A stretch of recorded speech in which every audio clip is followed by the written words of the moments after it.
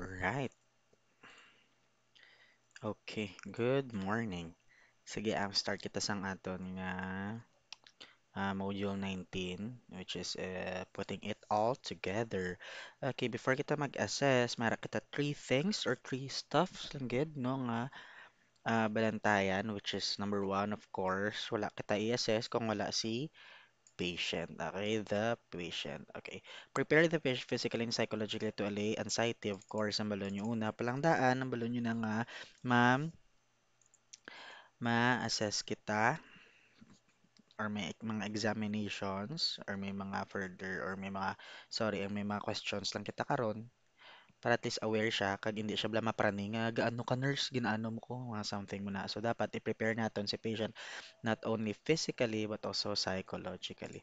Provide privacy to prevent feelings of embarrassment. Of course, close the door of the patient's room or curtain of the unit as necessary. Close the door when you leave. Okay, close the door gid para hindi siya mahuya. Kay nga, check mo na karon niya chest. Di ba? Check mo na karon niya likod. Of course, ma-expose ang mga bagay nga ginahalong-halungan niya. Basi may dako siya nga alom to ya. Di ba? Charing. Para mo na. Provide adequate information about the procedure, what to expect during the procedure, yung namba ko nangina, and what is expected of the client to gain his or her cooperation.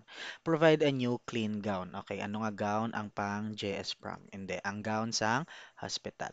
Okay, pagtapos ng patient, na-prepare niya sa patient, okay, ara na sa patient. Second important thing is vitality equipment nga balaan mo gid kung paano dapat gamiton ang equipment nga para may salig ang pasyente guys. Okay, hindi man nga why kaya kabalo kung ano brahon mo. Syempre ang pasyente hindi na siya dayon magpati mo ay ano ni nurse ni sa so dapat balaan nyo kag syempre expert ka mo nga makita bala ka magsalig siya sa inyo. O, ano ini? Ano ini? Kiluhan. O, makotatupad mo kung kinahanglan niya kiluhan. Charet. Kiluhan, ano purpose ya? Butang lang di. Okay, to check for the kilo of or weight of the patient. Okay. Diri of course, temperature. Check temperature thermometer, guys. Butan nyo na da, balaan nyo na na. Okay. Mas second year na kamo dugay-dugay. Stat. Mm. BP up. Stat, mag-check, mag-auscultate, mag-check sang breath sounds or mag-check sang cardiac output. Okay. Ari, ano ni? BP up. Swig mo. Check for the blood pressure. Ari, ano ni? Flashlight. Ano na? Pen light na kung sa aton. Flashlight, pen light. Ay, ano bras ang pen light? Mm. To help visualize or examine the part of the body. Ari, ano ni?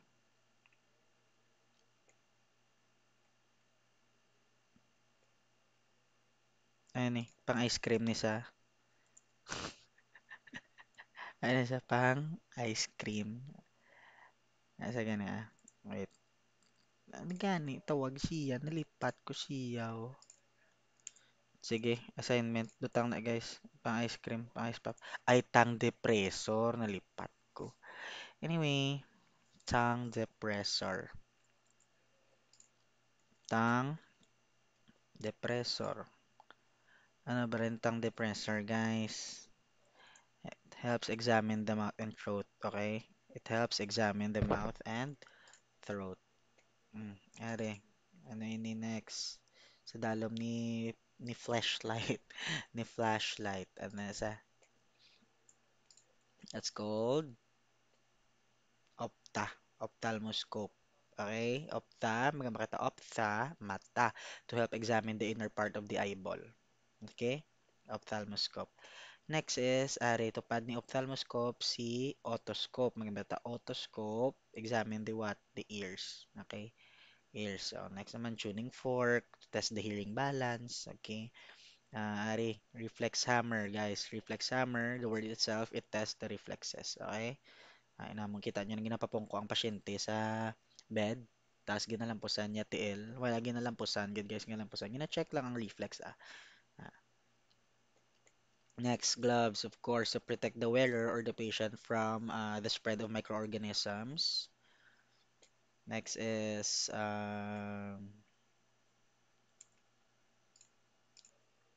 Mm. It's called your pulse oximeter. Pulse oximeter. Pakita pulse oximeter, ginagamit siya for check sang cardiac, uh, sang pulse rate, sang pulse rate, and of course, sang autosat. Vaginal speculum to help examine the genitals of women. Tape measure, Snellen's chart, visual acuity, and of course, watch check sang time. Okay. Ah, sequence of performing the complete physical assessment. On entering the room, the nurse should wash his or her hands. Of course, ginambal as always, wash your hands. Okay, hugas kamot to prevent the spread of microorganisms, of course, and also, sorry, um, introduce self, of course, to what? Ah, para may saling ang pasyente, okay, to build rapport.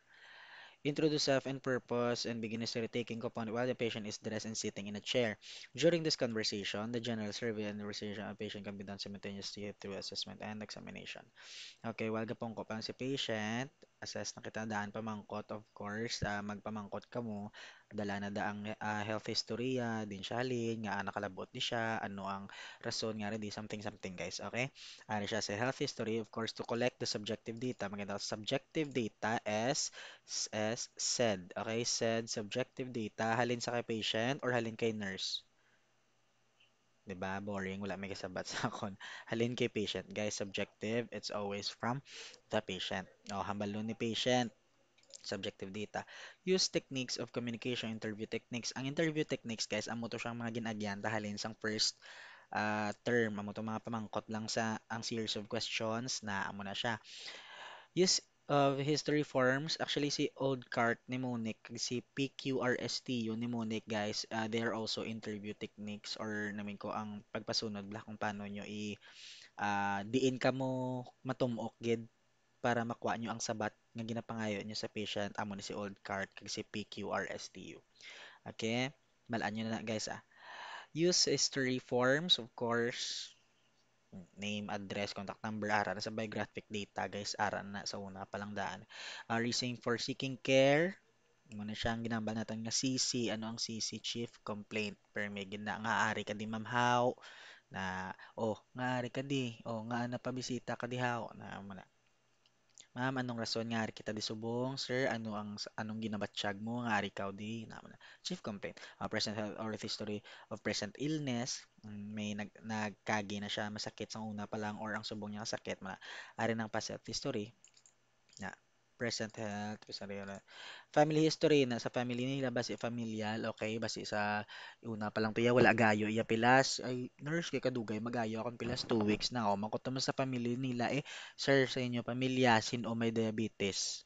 O, di ba? Sabto niya dyan. Ano labot mo yan, nurse? Charot, hindi. Siyempre, sabto niya man ka muna, guys, nga base sa pamilya nila may ara. Tiya man na Familial.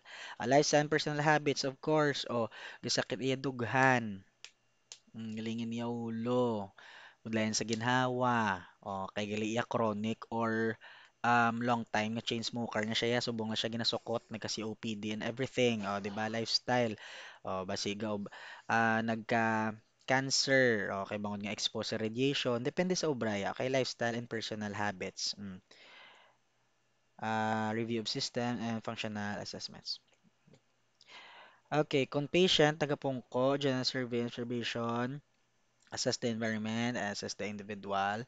Of course, guys, ang mental status ng patient, makoto nyo man siya, base unconscious sa gapungko lang sa unconscious sa gali.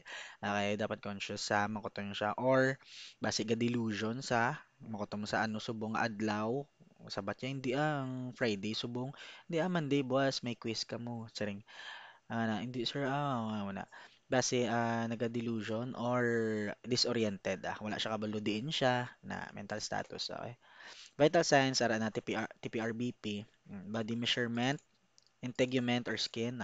So, ari na head, face, eyes, ears, nose, cardiac, best axillary nodes.